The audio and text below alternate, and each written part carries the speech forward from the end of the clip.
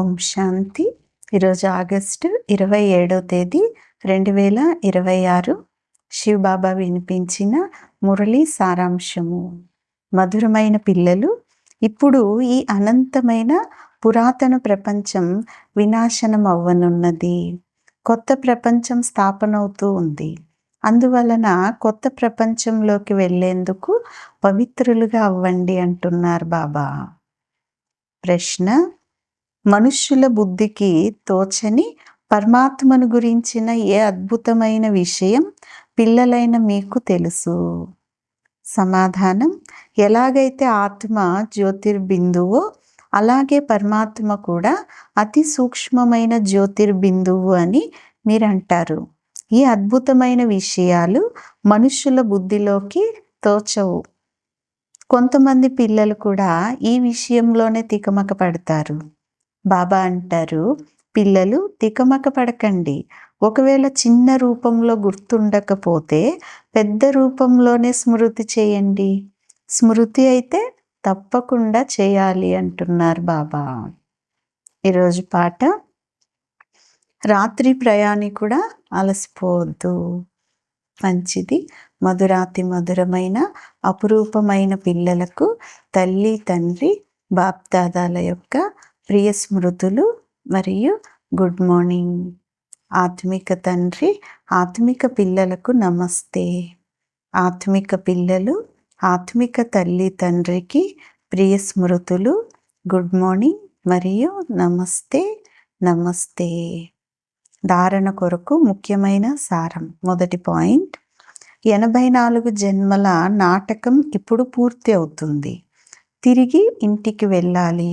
అందువలన ఆత్మ అభిమానిగా ఉంటూ పావనంగా అవ్వాలి. దేహాభిమానాన్ని నిర్మూలించాలి అంటున్నారు బాబా. రెండవ పాయింట్: అర్థసహితంగా స్వయాన్ని ఆత్మ బిందువుగా భావించి బిందువైన ఒక్క తండ్రి అవ్యభిచారి స్మృతిలోనే ఉండాలి. మహావీరులుగా అయి తమ స్థితిని అచంచలంగా అడోల్గా తయారు చేసుకోవాలి అంటున్నారు బాబా. ఈరోజు వరదానం: వ్యర్థం యొక్క లీకేజీని సమాప్తం చేసి సమర్థంగా అయ్యేవారు తక్కువ ఖర్చుతో ఎక్కువ లాభం పొందేవారుగా అవ్వండి. వరదానం యొక్క వివరణ.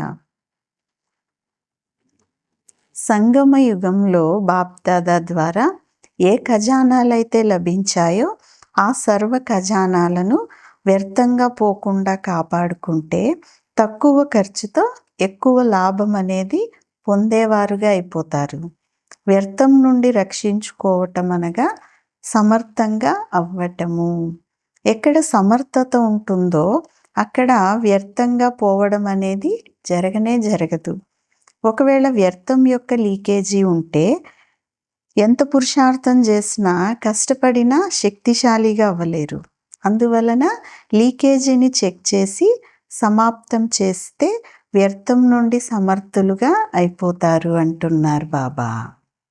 స్లోగన్: ప్రవృత్తిలో ఉంటూ సంపూర్ణ పవిత్రంగా ఉండటం ఇదే యోగయుక్త మరియు జ్ఞానయుక్త ఆత్మల యొక్క ఛాలెంజ్ అంటున్నారు బాబా. అవ్యక్త సూచన: అపవిత్రత యొక్క బీజాన్ని కూడా సమాప్తం చేసి సంపూర్ణ స్వచ్ఛంగా అంటే పవిత్రులుగా అవ్వండి.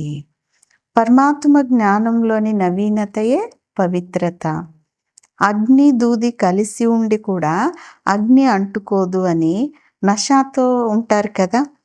పవిత్రత లేకుండా యోగయుక్త ఆత్మగా జ్ఞానయుక్త ఆత్మగా అవ్వనే లేరనేది మీరు ఉపన్యాసాలలో కూడా చెప్తారు. ఇప్పుడు ఈ ఛాలెంజ్ని ప్రాక్టికల్ రూపంలోకి తీసుకురండి అంటున్నారు బాబా. మంచిది. ఓం శాంతి.